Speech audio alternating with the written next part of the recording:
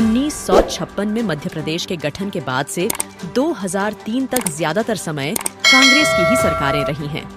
इन सरकारों ने प्रदेश को बीमारू राज्य बना दिया। इसका मतलब था मध्य प्रदेश देश के उन राज्यों में शामिल था जो देश के विकास में बाधक थे।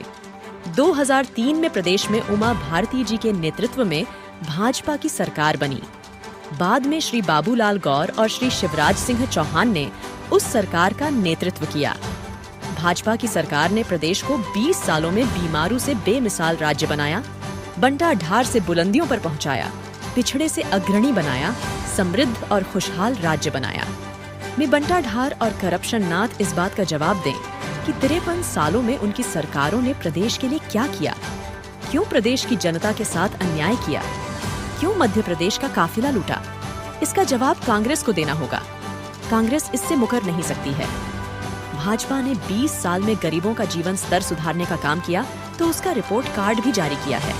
भाजपा जो कहती है वह करके भी दिखाती है। हमारी कथनी और करनी में कोई अंतर नहीं है, जबकि कांग्रेस ने देश और प्रदेश को सिर्फ छलने का काम किया है। उक्त बात बाद गुरुवार को भाजपा जिला अध्यक्ष अभय चौधरी ने सेल्टर होटल में आयोजित प्रेस वार्ता में पत्रकारों से चर्चा करते हुए कही। श्री चौधरी ने कहा कि भारतीय जनता पार्टी ने जवाबदेही की एक नई परंपरा शुरू की है, जिसके अंतर्गत हर सरकार अपने कार्यकाल में किए गए कामों का लेखा जोखा प्रस्तुत करती है। हमने अपना रिपोर्ट कार्ड प्रस्तुत किया है और गलत आरोप लगाकर जनता को गुमराह करने वाली कांग्रेस को इस रिपोर्ट कार्ड का जवाब देना चाहिए।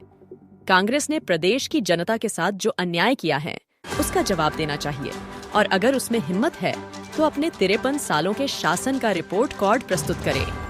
मध्य प्रदेश में 15 महीनों के लिए कमलनाथ की सरकार बनी थी, जिन्हें करप्शन नाथ कहा जाता है। बंटा ढार और कमलनाथ की उस सरकार ने भाजपा सरकार द्वारा शुरू की गई गरीब कल्याण की सारी योजनाएं बंद कर दी थीं और गरीब कल्याण अभियान को अपाहिज बना दिया था। उस सरकार ने शहरिया, भारिया और बैगा बहनों को मिलने वाला पोषण अनुदान बंद कर दिया था। इस्तीफा देते समय कोई मुख्यमंत्री काम नहीं करता, लेकिन करप्शन नाथ ने अपने इस्तीफे से 15 मिनट पहले मोबाइल घोटाले से संबंधित दस्तावेजों पर साइन किए। करप्शन नाथ ने 350 करोड़ का मोजर बेयर घोटाला किया और 2400 करोड़ के अगस्ता वेस्टलैंड घोटाले से उनका संबंध है। श्री चौधरी ने कहा कि करप्शन नाथ ने 600 करोड़ का इफ्को घोटाला, कर्ज माफी में 25,000 करोड़ का हेरफेर किया। उस सरकार ने 800 ट्रांसफर करके नया तबादला उद्योग शुरू कर दिया था। कमलनाथ को अपनी सरकार के 1.5 सालों में हुए घोटालों का जवाब देना चाहिए। श्री चौधरी ने कहा कि 2003 से पहले मध्य प्रदेश बीमारू राज्य हुआ करता था। 2003 में आई भाजपा की सरकार ने प्रदेश को बीमारू राज्य के कलंक से मुक्ति दिलाई। 2003 से 2023 तक के 20 साल प्रदेश में गरीबी से मुक्ति का स्वर्णकाल रहे हैं और इन सालों में आत्मनिर्भर मध्य प्रदेश की नींव डाली गई। 2014 में प्रधानमंत्री श्री नरेंद्र मोदी जी की सरकार बनी और प्रधानमंत्री श्री मोदी जी ने मध्य प्रदेश की दिल खोलकर मदद की। डबल इंजन वाली सरकार ने प्रदेश में विकास के नए कीर्तिमान गढ़े। न सिर्फ सड़क, बिजली और पानी की समस्या दूर हुई, बल्कि शिक्षा, स्वास्थ्य, सुशासन और विकास के सभी मापदंडों पर प्रदेश को आगे बढ़ाया और राजधानी भोपाल से गांव की चौपाल तक विकास और खुशहाली बयार चलाई। इसके प्रति उत्तर देते हुए प्रदेश की जनता ने भी दिल खोलकर वोट दिए। 2019 में 29 में से 28 सीटें भाजपा को दी और 2024 में जो एक सीट की कमी रह गई है वो भी जनता पूरी कर देगी। देश के अमृत काल में मध्य प्रदेश देश का अग्रणी राज्य बनेगा। आने वाला चुनाव प्रदेश को विकसित और सर्वोच्च राज्य बनाने तथा गरीबी से संपूर्ण मुक्ति दिलाने वाला चुनाव है और मुझे पूरा विश्वास है कि प्रदेश की 9 करोड़ जनता का आशीर्वाद हमें मिलेगा। श्री चौधरी ने कहा कि 2014 में सत्ता में आने के बाद प्रधानमंत्री श्री नरेंद्र मोदी जी की सरकार ने 60 करोड़ गरीबों का जीवन स्तर ऊपर उठाया। 14 करोड़ लोग गरीबी की सीमा रेखा से बाहर हुए। लगभग 10 सालों में देश की आबादी 10% लोगों को गरीबी रेखा से बाहर करके मोदी जी गरीब कल्याण के पुरोधा बन गए और उनकी योजनाओं का लाभ मध्य प्रदेश को भी मिला। बंटाढार सरकार ने राज्य के बजट को 23,000 करोड़ पर छोड़ दिया था, जिसे शिवराज जी की सरकार ने 3.14 लाख करोड़ तक पहुंचाया है। बंटाढार के समय शिक्षा का बजट 2456 करोड़ था, जिसे 38 करोड़ तक पहुंचाया। स्वास्थ्य का बजट 580 करोड़ था, जिसे 16,000 करोड़ तथा सर्व शिक्षा अभियान का बजट जो 844 करोड़ था, उसे 66,000 करोड़ तक पहुंचाया। मिस्टर बंटाढार और करप्शन नाथ को यह बताना चाहिए कि प्रदेश की आबादी का बड़ा हिस्सा एससी, एसटी और ओबीसी का है। इनके बजट को क्यों 1056 करोड़ पर छोड़ दिया था? भाजपा सरकार ने इसे 64,390 करोड़ तक पहुंचाया। प्रति व्यक्ति आय 11,700 से बढ़कर 1.40 लाख रुपए हो गई। बंटाढार सरकार के समय प्रदेश की सड़कें बदनाम थीं। भाजपा की सरकार ने 5.10 लाख किलोमीटर अच्छी क्वालिटी की सड़कें बनाई और राष्ट्रीय राजमार्ग जो सिर्फ 4800 किलोमीटर थे, उन्हें 13,000 किलोमीटर तक पहुंचाया। कमलनाथ जैसे जिन नेताओं ने कभी हाथों में हल नहीं पकड़ा, वो हमारी सरकार पर सवाल उठाते हैं, जबकि उनकी सरकार के समय समर्थन मूल्य पर गेहूं की खरीदी सिर्फ 4.38 लाख थी, जिसे हमारी सरकार ने 77.96 लाख मीट्रिक टन तक पहुंचाया। धान की खरीदी सिर्फ 95,000 मीट्रिक टन होती थी, जिसे 46.30 लाख टन तक पहुंचाया। प्रदेश में हुए इस रिकॉर्ड तोड़ विकास के लिए मैं शिवराज जी को साधुवाद देता हूँ। प्रदेश सरकार ने गरीबों को दिलवाया वाजिब हक, जनजातीय योद्धाओं का बढ़ाया मान। पहले की सरकारें टुकड़े विकास पर विश्वास करती थीं। 20,000 घर, 30,000 शौचालय जैसे लक्ष्य हुआ करते थे, लेकिन प्रधानमंत्री श्री मोदी जी ने देश में पहली बार संपूर्ण सैचुरेशन का कॉन्सेप्ट दिया।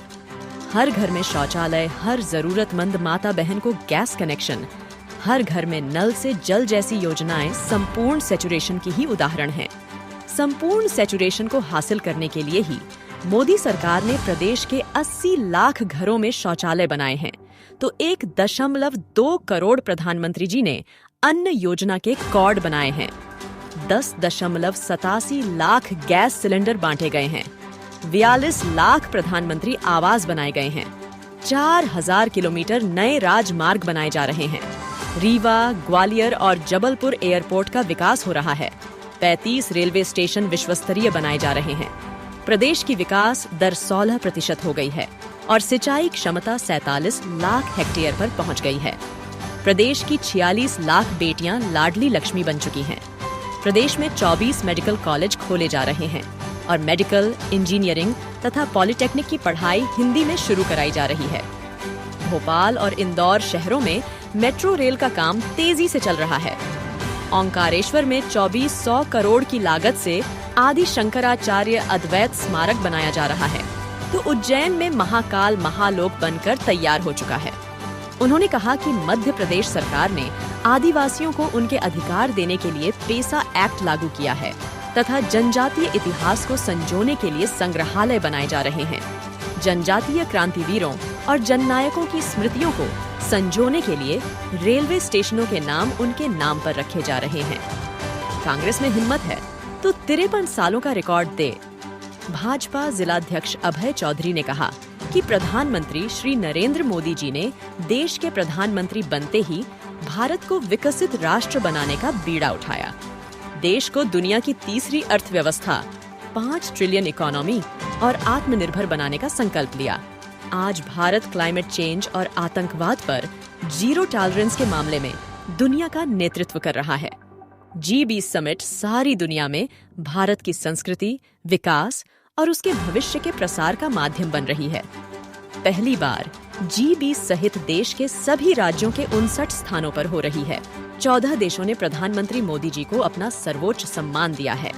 भारत आज डिजिटल लेन देन, LED बल्ब के वितरण, स्वच्छता, टीकाकरण तथा दाल, दलहन दूध, जूट और रेल इंजन के उत्पादन में दुनिया में पहले स्थान पर है। मोबाइल, सीमेंट, स्टील, कॉटन, चाय के उत्पादन में दूसरे स्थान पर तथा स्टार्टअप और वाहन उद्योग में तीसरे स्थान पर है। दूसरी तरफ कांग्रेस अपने शासन में सिर्फ घोटाले करती रही। बोफोर्स घोटाला, 2G घोटाला, सत्यम घोटाला, कॉमनवेल्थ घोटाला, कोयला घोटाला, चॉपर घोटाला, टेट्रा ट्रक घोटाला, वोट के बदले नोट घोटाला, आदर्श हाउसिंग घोटाला, डीएलएफ घोटाला, नेशनल हेराल्ड घोटाला, खाद्य सुरक्षा बिल घोटाला, शेयर बाजार घोटाला, आईपीएल घोटाला, एलआईसी हाउसिंग घोटाला, मधु कोड़ा कांड, राफेल खरीदी घोटाला, सबमरीन घोटाला, मंदिर कलेक्शन घोटाला और वॉक्स वैगन इक्विटी घोटाले जैसे 24 से अधिक घोटालों में लिप्त रही है। अब यह मध्य प्रदेश की जनता को तय करना है कि वह विकास के साथ है या घोटालों के साथ। अगर वो विकास के साथ है तो उसे 2023 के विधानसभा चुनाव और 2024 के लोकसभा चुनाव में भाजपा को अपना समर्थन देना है।